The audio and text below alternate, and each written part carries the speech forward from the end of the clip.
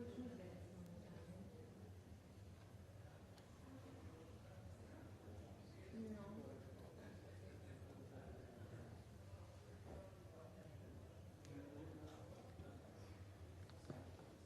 więc właśnie, on wyżej powiedział, że oni tak byli czarną owcą tej organizacji strzegani. No że tak nie muszą być czarni. Halo? No? Halo? Ja tak powiem, że oni byli czarną owcą tej organizacji i nie przestrzegali żadnych konwencji, to jeszcze uniemożliwiali.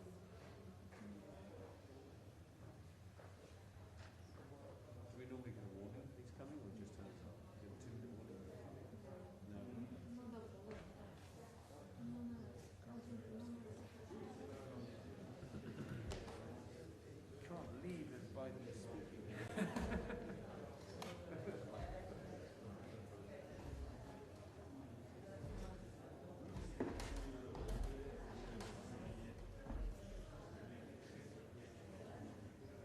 The meeting didn't start quite on time.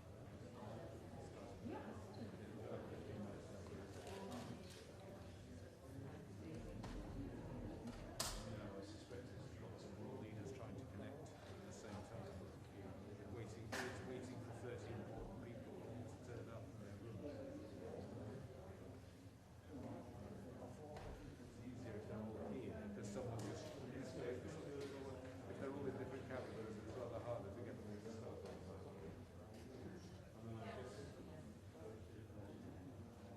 Bizarre, Orban was here.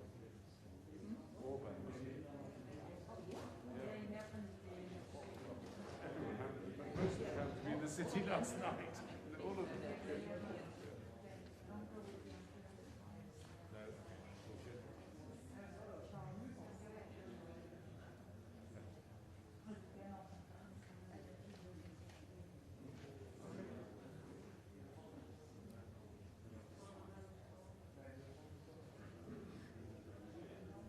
be useful.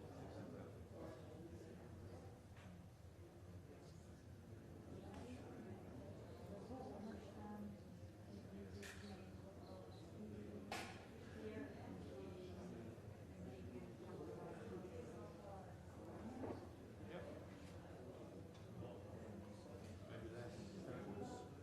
that was, but he needs more funds.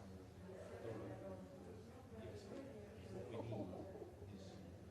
need is when it's on, Martin needs to MC needs to Eurovision we have to wait, competition. I turn up and Organizer said, fuck it. Yes, You are exactly. out. You are out. Bravo. They said we were coming to Eurovision. Australia. Eurovision Song Festival. They excluded Russia. They say that we remain dedicated to protect the value of the cultural competition, which promotes economic exchange and understanding, and they don't want to have Russia inside because it will, and they have already also been suspended by the Council of Europe, Yes. the representation. Fire. Fire. Fine, indeed, but I mean, since he has no, his mental illness is horrible I don't know whether, when you see the press conference today of Lavrov, he's also totally mad, so I don't know whether you can have any normal discussion to find the ground with them. It's not possible. But the good thing overall is that it's not all the Russian population who supports it. And we shouldn't forget that there is also 10 million Ukrainians still living in Russia, and within Russia there are lots of protests. Of course, because of the repression, it's very difficult to protest, but despite this, there is a lot. And yet this is the beginning. Afterwards, when Russia will be in the city, then hell will start for them, because the resilience of the Ukrainian people is very high. So now that they're attacking by the air here and there, that's okay. But then inside, there's plenty of Shah Massoud inside Ukraine. And the problem of Afghanistan is that after Shah Massoud, NATO not prepared. Another Shah Massoud. His son is not very good. He's very young. He's young He and weak. studied in the European and Americans also. But yeah, and this is the Not former, like- this is the former vice president who was head of intelligence, but still he's not that good as well. So it's tragic.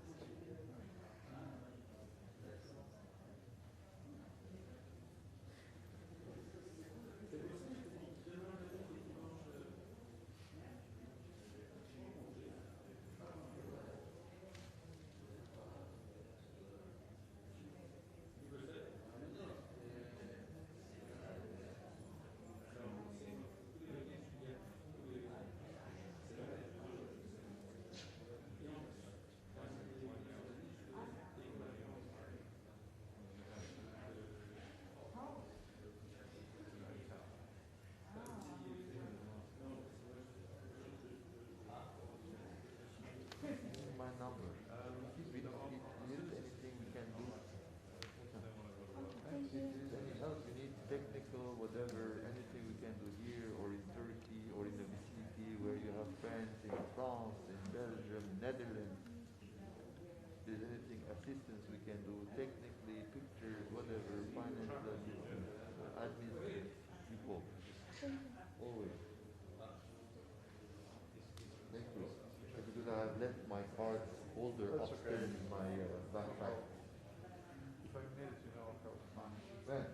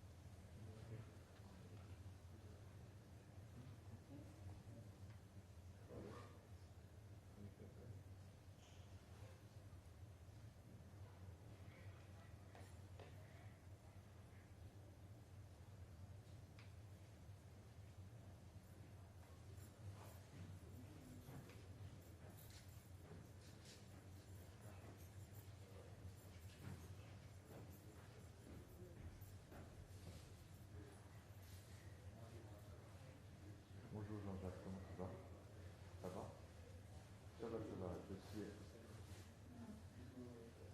Oui, ça s'est finalement bien passé. On a fait des chaises musicales et comme ça, Hervé Vernet, tu sais, qui est celui qui gère Concordia et qui est aussi le parrain de Yann, donc qui était là, qui a pris la salle et voilà. Et donc, et comme ça, on a réussi à. Voilà, oui, ça s'est bien passé, tout à fait, tout à fait. Just say no. Oui, parce qu'on n'a pas réussi à te joindre, donc j'ai pas su si tu venais ou pas, etc. Et tout, mais... Allô, allô, oui, tu m'entends? Oui. Voilà, voilà. Oui, parce que pour le moment, comme tu étais inscrit, je n'ai pas su. Oui, oui, oui. Donc voilà, mais c'est pas grave. On a plus ou moins sauvé les meubles. On n'était pas nombreux sur les colonnes, mais voilà. Ça a fait son effet pour eux, c'était le principal. Voilà, bien sûr, c'était très long, ça a duré 3h30, plus les agapes, tu vois, donc...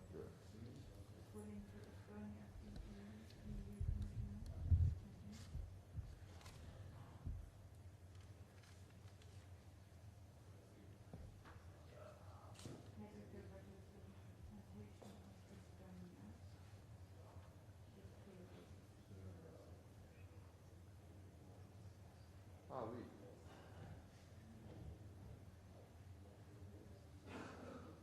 Ah là là là là.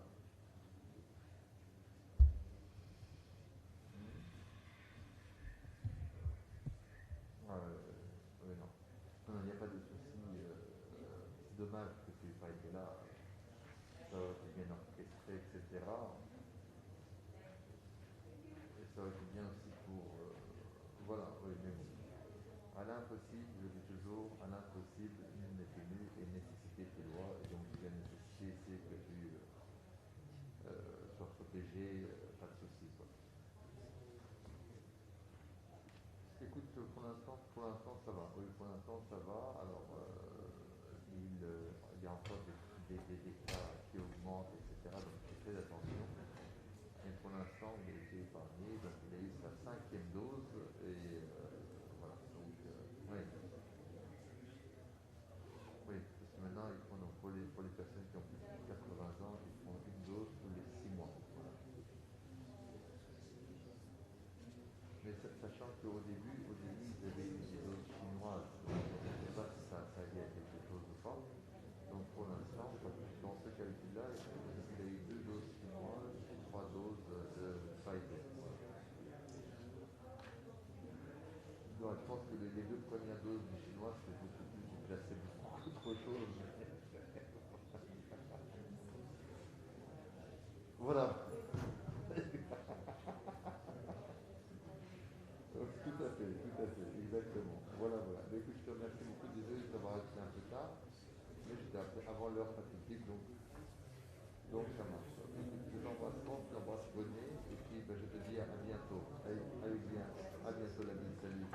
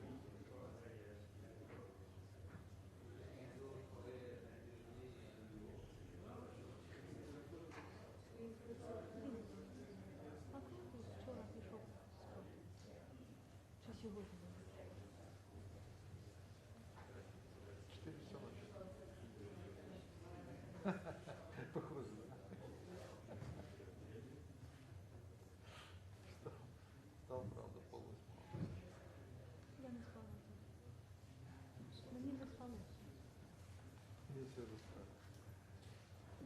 Примусом себе. Зрозуміло. Тому що інакше повністю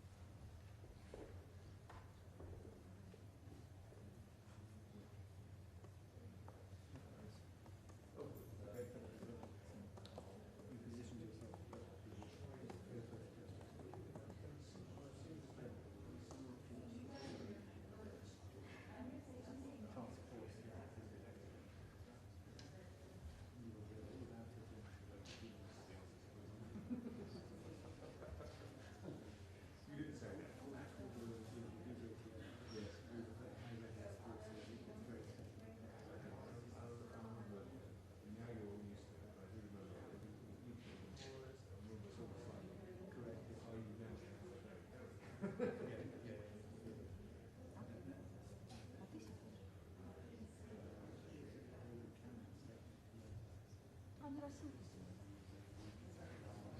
Напрямую. Понимаешь, если у нас хотя бы ориентированы ребята, будет текст перед пресс-конференцией. Ну, вам приготовить. Не, ну я потом. Basically, national French German thing is the centre of it. У тебя ответственность.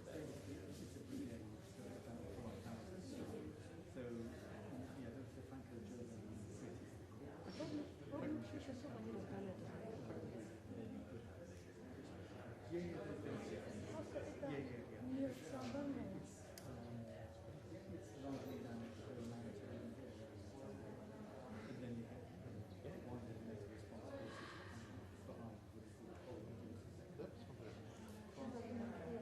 Файл сохранить.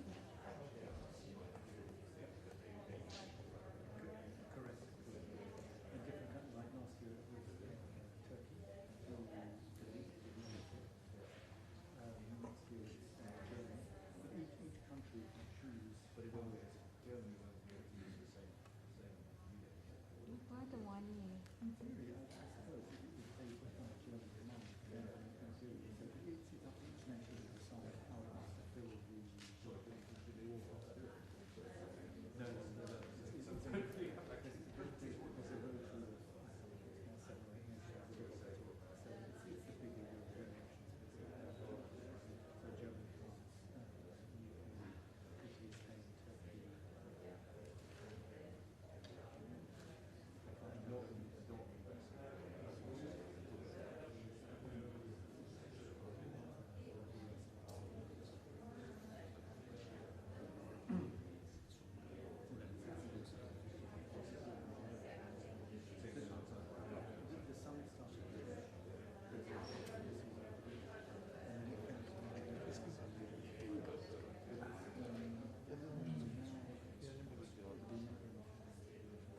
Там единственная мысочка, которая стоит, это то, что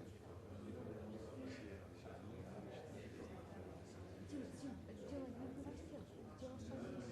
Это первое заявление медиазнания. Дело не в том, что здесь нет новости. Ее нет. Ее тупо нет. Но это позиция всего альянса. Если раньше... Это... У меня-то аналогичная ситуация была в вчерашнем самом президенте. Там нет новостей.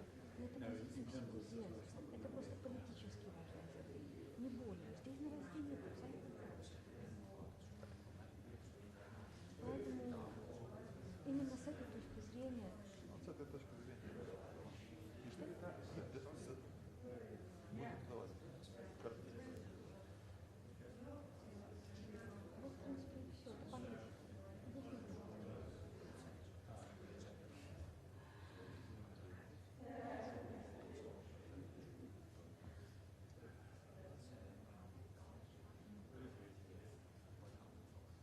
Он сейчас выйдет и зачитает его полностью. Вернее, перескажет. Своим словом. Ну да. Как ты? Чисто общательно.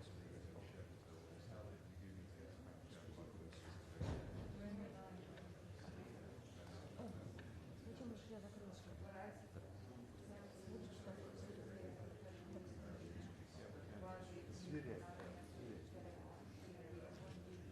Что мне кажется?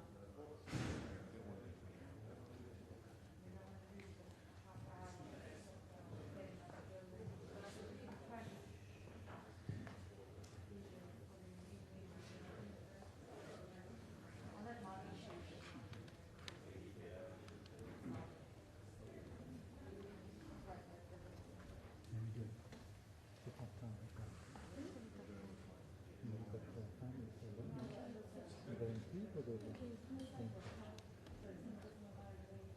talked to my brother this morning. They are fine, but he said he's really very calm. I really admire him. But two little girls in the bathroom, five.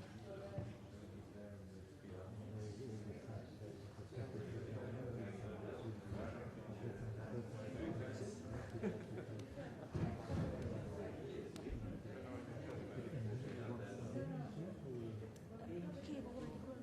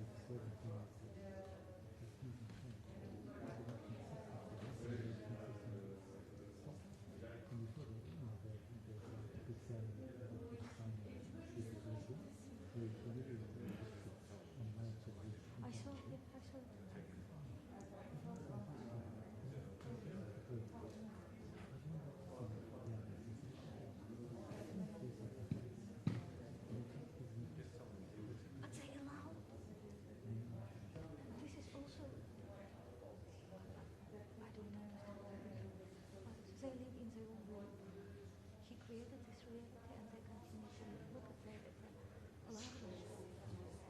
It's the same. Yeah. Why do we need to kill sorting powders at the eye? Small.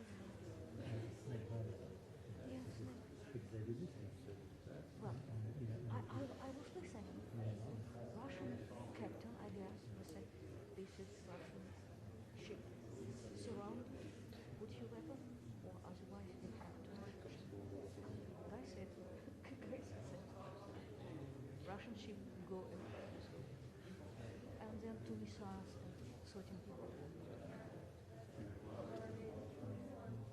Good for them. It's a nightmare. It's a nightmare.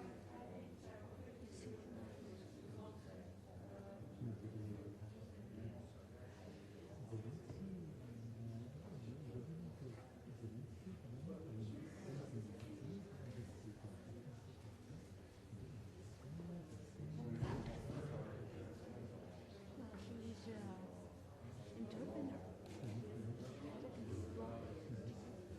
He knows definitely what to do with audience, sure. But I think he really still doesn't realize what he is dealing with. He used to say, I want to look at this eyes, putting eyes. What are they talking about? Par I want contre, to talk to him. je pense que les visiteurs, ce secteur-là, etc., et tous les visiteurs qui mangent camomille avec avocat et sport en sucre, sont trop loin de tout le diesel. Enfin, l'avantage de ça, c'est qu'il met à peu près la même cravate, et bon, entre hier et aujourd'hui, il n'a pas tellement de. Et tout le monde s'en fiche de la cravate, il ne fait pas la différence. He simply hates you. Et donc, That's il prend un it. Lego, And he afraid that Russia can do the same thing to him. So now he has to punish Ukrainian to show to Russia. No, le russe, il sait qu'il fait toujours la même chose. Bon. it's one of them. But Well, these are on the one hand et on the other hand, donc it's not very much. And how ça laisse peu de was Zelensky marge. on screen? No, they didn't manage to put him. I think even though they might do something Voilà, Solana, il parlait pleinement, on en comprenait aucune.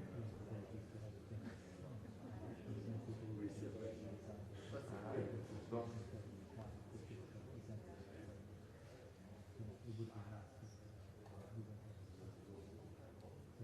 Busy time. And point is that nobody knows what really happened. Okay, he will conquer Kyiv. What's it? He will install Bethlehem. But you told me simply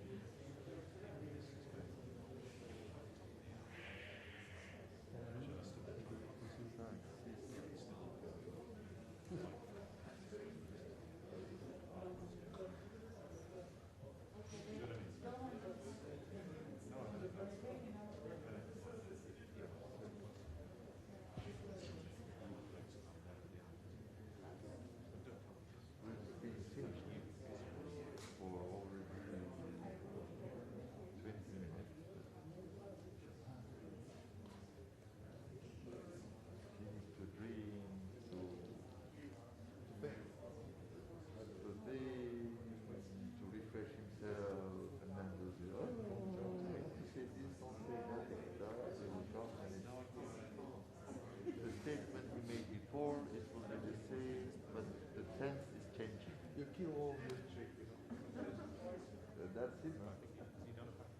At any pre-ministerial, he said, we will take decision on it, and then he changed just the tense of the word, and it says that we have this is decided to blah, blah, blah. That is high class. The person is predictable. With alliances. Yes, but this is not good, because out of the box, because he's not confident. He's not confident in his English. He's very worried to make mistakes and misinterpretation, and therefore he's so, because you know he's a statistician.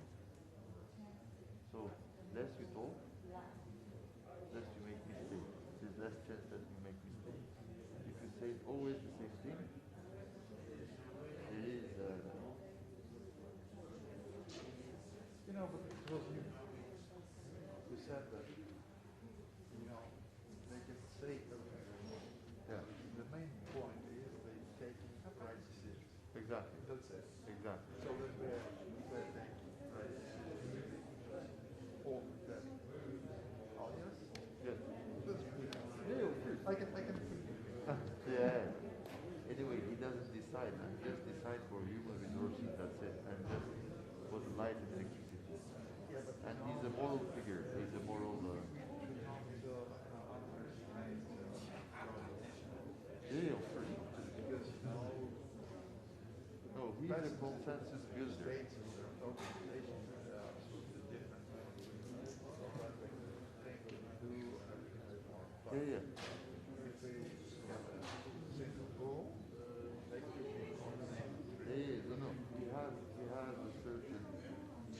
consensus building role, and he has a certain role in order to pave the way for decisions. This is very important, and he is the figure of the institution. So he represents the 30 member states. So he has below his fingertip the security of 1 billion citizens. 1 billion citizens.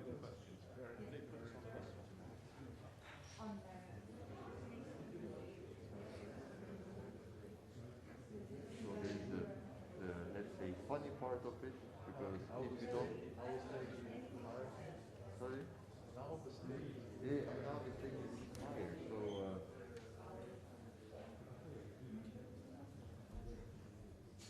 the thing is that it would be nice if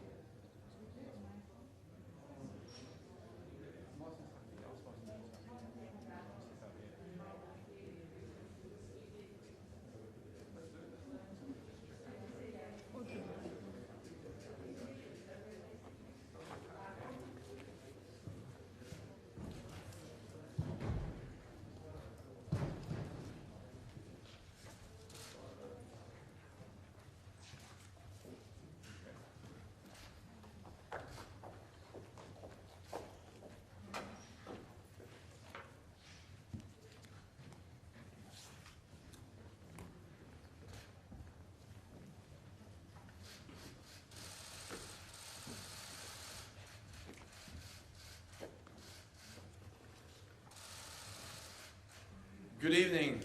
Allied leaders have just met to address the gravest threat to Euro-Atlantic security in decades.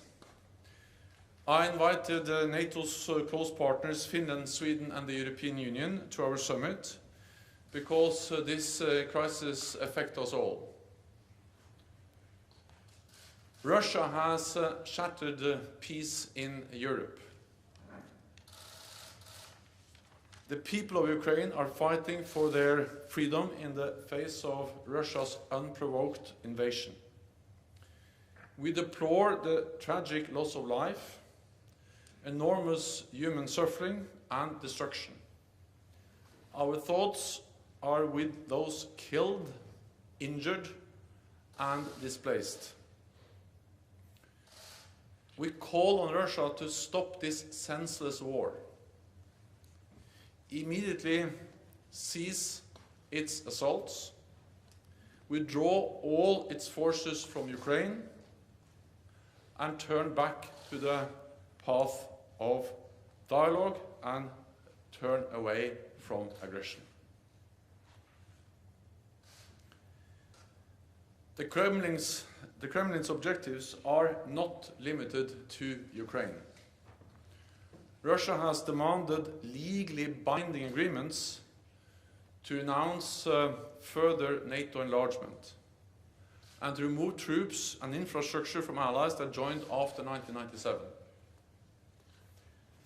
We are facing a new normal in European security, where Russia openly contests the European security order and uses force to pursue its objectives. The world will hold Russia and Belarus accountable for their actions.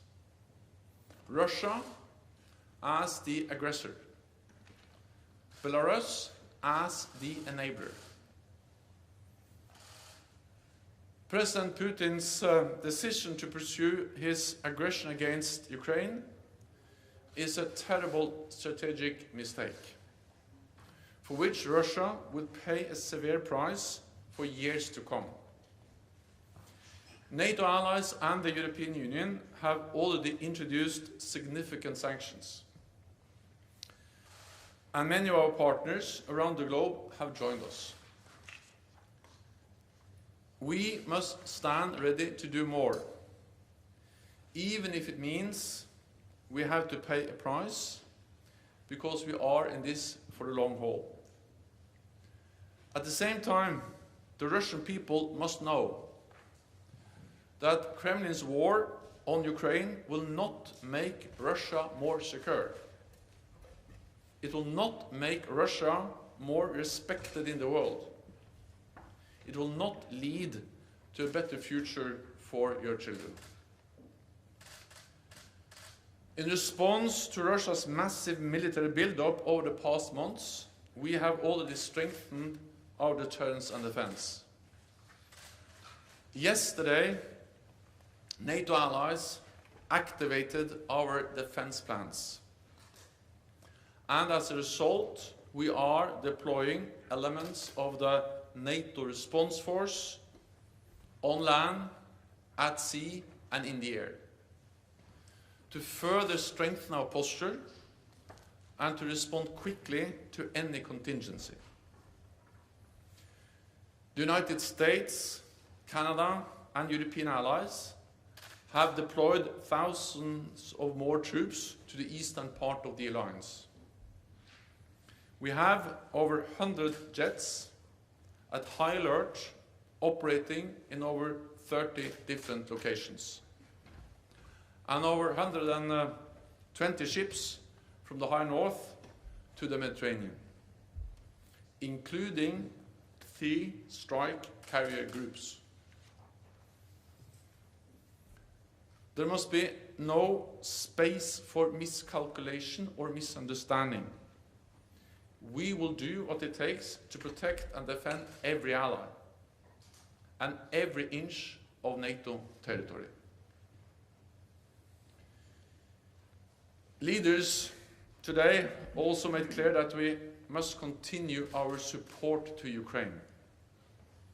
The Kremlin is trying to make NATO and the EU provide less support to our partners. So our collective answer must be more support to countries like Georgia, Moldova, and Bosnia-Herzegovina,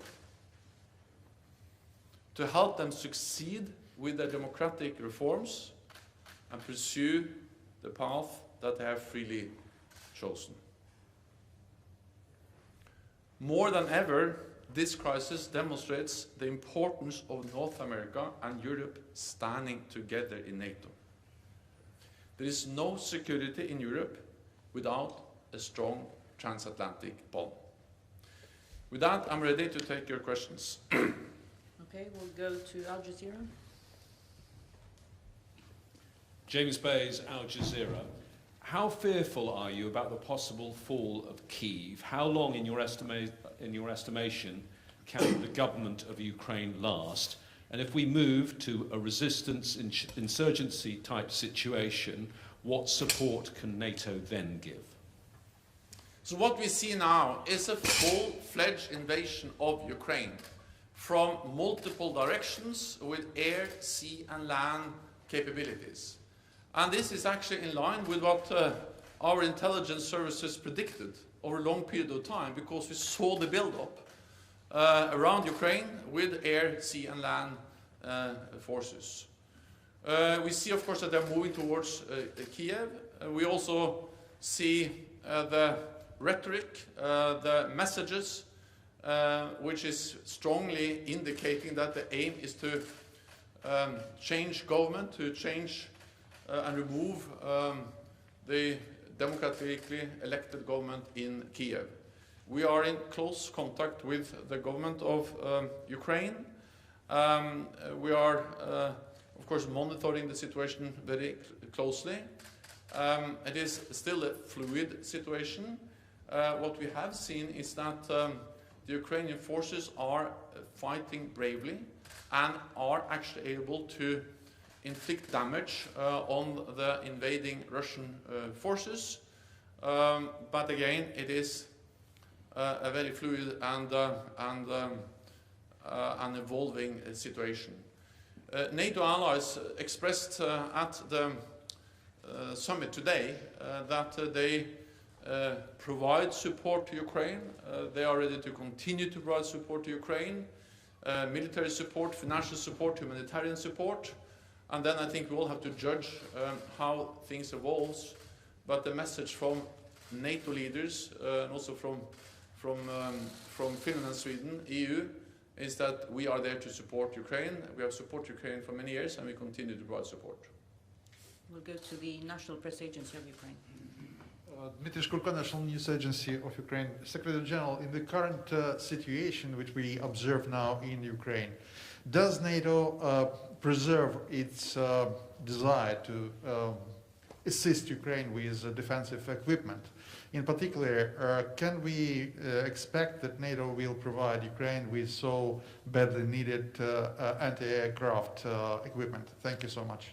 So NATO allies continue to provide support to Ukraine, and it was actually at the meeting today at the NATO summit with EU and Finland and Sweden. Allies announced and also informed other allies about the type of weapons, the type of support, and some of that also includes air defense systems. So NATO allies have and continue to provide support, military, but also different types of equipment to Ukraine. Then we all realize that, of course, in this very evolving and difficult situation, it's hard to predict what will be the what are the possibilities in the future. But allies are providing support and are very committed to continue to provide support.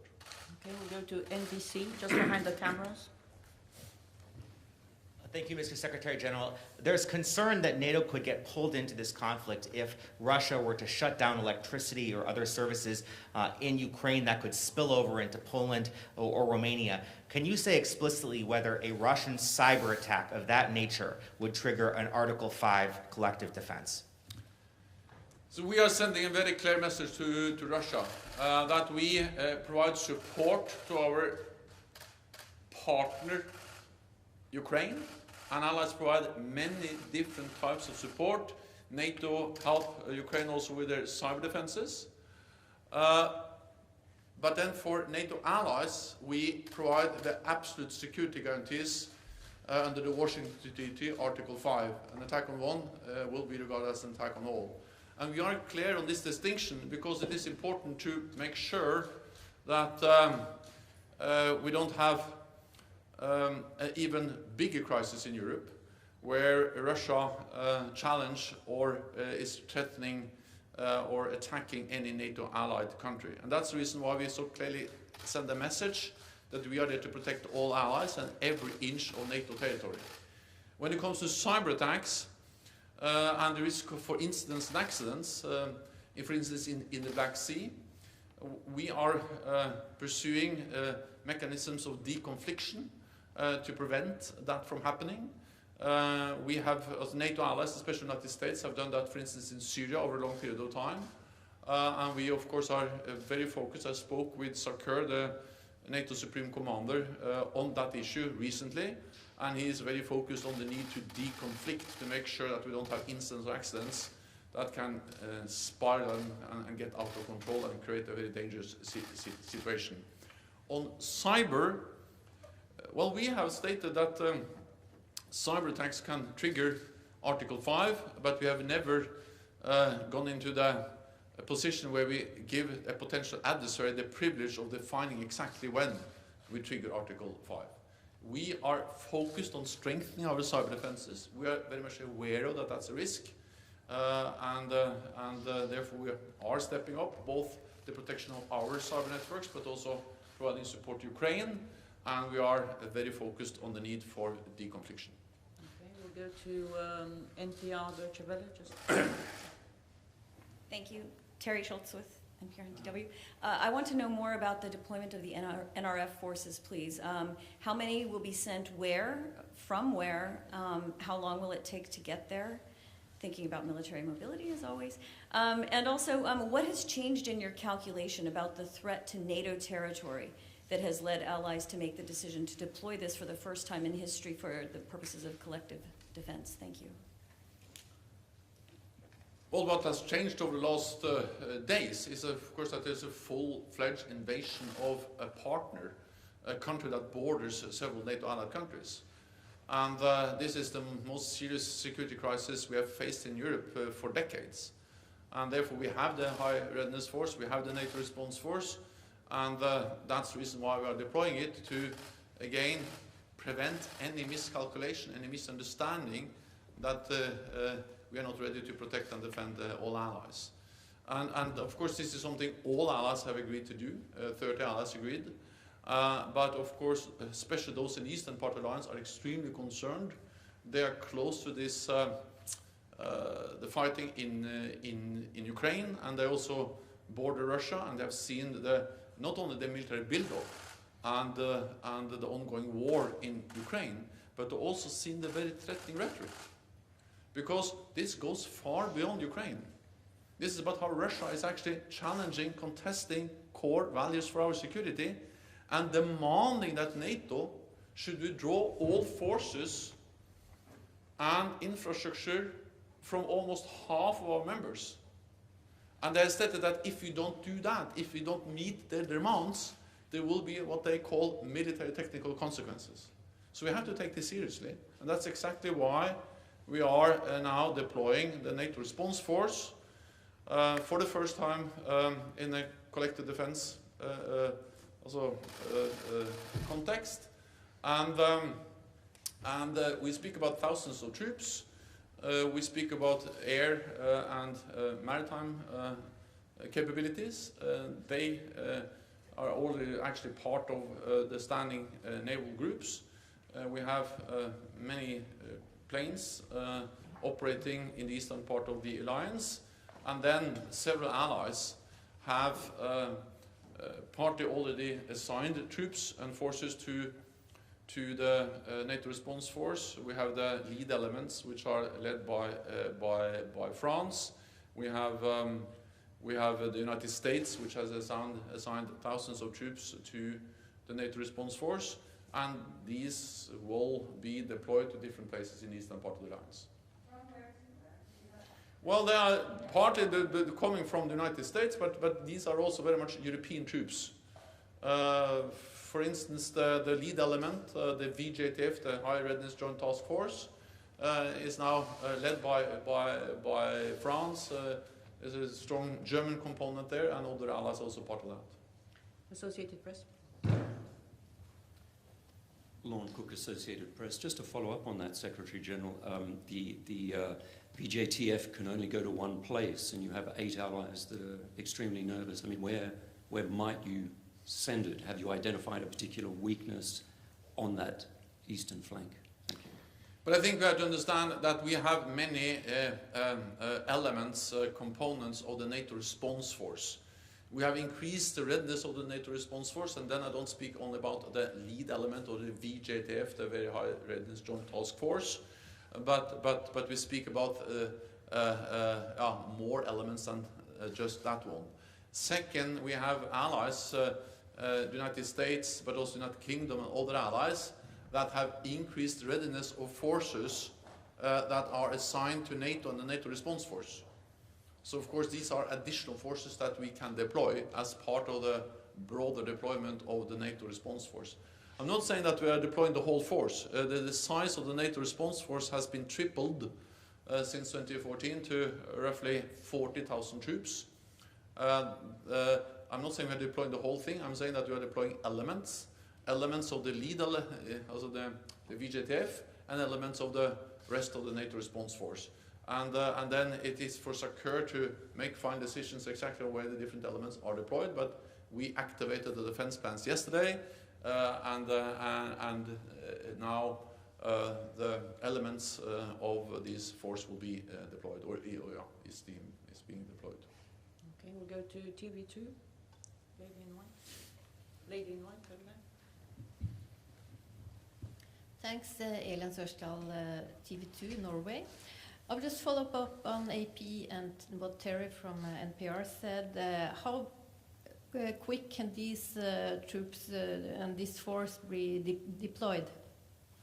But some of these forces are already operating because we have sea and air forces, which are also already part of the NATO maritime forces operating from the Barents Sea down to the Mediterranean. Some are air forces, the air component of the NATO response force. And then some of the land forces also can move within a few days because they are part of either the lead element, which has already high readiness, or the other elements that has been put on high readiness. So we speak about days, and some are already operating because we have increased our presence already. Okay, we'll try to take a couple of questions online. We'll go first to Frankfurt Allgemeine Zeitung, Thomas Kutschka. Thanks a lot. Good afternoon. Secretary-General, in the statement that has just been released, it is said that Russia's actions are flagrant rejection of the principles enshrined in the NATO-Russia Founding Act, and then it continues, it is Russia that has walked away from its commitments under the Act. Does that mean that NATO now considers the NATO-Russia Founding Act as obsolete, or do NATO member states are they still bound, do they still feel bound by this document? Thanks a lot. Also, NATO leaders decided today a statement where we clearly state the fact that Russia has walked away. The NATO-Russia Founding Act is based on some core principles enshrined in the Founding Act, and that is the respect for territorial integrity and sovereignty of all countries, including, of course, Ukraine. And this has been violated not once but twice, and actually been constantly violated since 2014 with the illegal annexation of Crimea and the continued presence of Russian forces and Russian-backed separatists in eastern Ukrainian Donbass. And this is further violated with the full-fledged invasion of Ukraine that we have seen over the last couple of days. So what we see is that Russia show no respect for the NATO-Russia Founding Act. And of course, if you have a founding act between two partners, NATO and Russia, and one part doesn't respect that agreement, the agreement doesn't work. It doesn't function. It doesn't help us to improve our relationship with Russia. Because even if the founding act has good provisions and good intentions, if these intentions and the provisions and the founding act is not respected, it doesn't work. So that's the reality. The NATO-Russia Founding Act doesn't work because one side, Russia, has violated it over many years, but now we see a extremely blatant and flagrant violation of the Founding Act with the invasion of Ukraine. We'll take the next question online also from Greg Palkett from Fox. Thank you, Juana. Thank you, Mr. Secretary-General. Two quick questions, one about war, one about peace. Do you agree with some reports of intelligence officials that Kiev could fall within the next, say, day or two? And despite the bravery of the fighting that you have cited among Ukrainian soldiers, do you see a defeat inevitable if war goes on? And the quick question about peace, there is discussion, President Zelensky offering to discuss with Russia an approach to peace that might include neutrality for Ukraine. Would you agree to something like that? Thank you. The first on the situation on the ground. It is a full invasion of Ukraine. They are moving towards Kiev, and the stated goal is to change the government of Ukraine. It is a very unpredictable situation. Therefore, I will not speculate, but I will pay my respect to the Ukrainian armed forces, which are really proving their bravery and their courage by fighting and standing up against the much larger invading Russian force.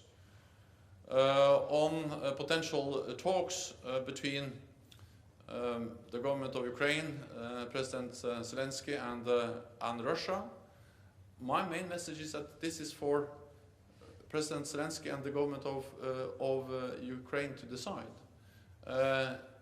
What we need to see now is that Russia stop the attack against Ukraine, that they withdraw their forces and cease all the attacks on Ukraine. That's the easiest, the fastest, and the best way to peace. So if they want peace, then it's just stop to attack Ukraine. And therefore we call on Russia to do exactly that. Okay, we'll go to NTV. Yes, Sonomot from NTV. Secretary General, two short questions. First, you're a statistician, and so far with regard to risk, you have already evaluated the risk and the threat against NATO coming from Russia. Particularly, you foresee the playbook of Russia. And so my first question is, what is the risk that this conflict spread where, and what might be the end goal of Russia? And my second question is, you have at the tip of your fingers the security of 1 billion citizens in the transatlantic area. So you met with on BTC all the leaders. Can you reassure the public opinion that if there is a genuine threat coming from, because the rhetoric, the aggressive rhetoric of Russia, its behavior is unacceptable, that all member states are committed to defend and protect every single centimeter of NATO? Thank you. In the meeting today with NATO leaders, it was a very strong message of unity, a very strong message of resolve that we need to stand together, not only in words but also in deeds. So we agreed a strong statement calling on Russia to stop the attacks on Ukraine, to withdraw its forces, but also we agreed to continue to provide support to Ukraine and also continue to strengthen our presence in the eastern part of the alliance to prevent any attack on any NATO allied country.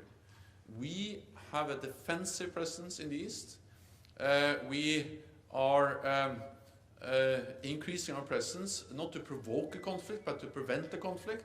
And as long as there is no doubt about NATO's readiness to protect and defend all allies, and our commitment to the core message, the core task of NATO, one for all for one, an attack on one ally will be regarded as an attack on all, then no ally will be attacked. And that will prevent the conflict. And that will preserve peace for NATO allies and for 1 billion people.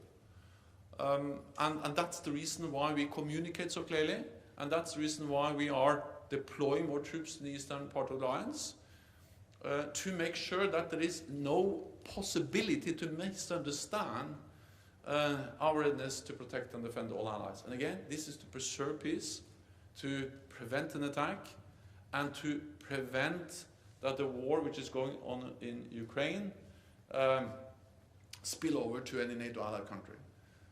And that was the message from NATO leaders today. That was also the message when I met with many of them in the G7 yesterday. And that is also, of course, the message when we speak to close partners, Finland, Sweden, and the European Union, because we all are concerned, and Russia's attack on Ukraine is more than an attack on Ukraine. It's a devastating, horrendous attack on innocent people in Ukraine, but it's also an attack on the whole European security order, and that's the reason why we take it so extremely seriously. Deutsche Welle. Thank you, Alexandra von Nahm, Deutsche Welle. Secretary General, one question on Ukraine's request for Turkey to close the Bosporus for Russian warships. Was that discussed today? And one follow-up on the question just asked. We heard today from the Lithuanian foreign minister saying that when we lose Ukraine today, we will be fighting for NATO later. Would you say that the statement is exaggerated? Thank you. So on the Bosporus, that was not an issue.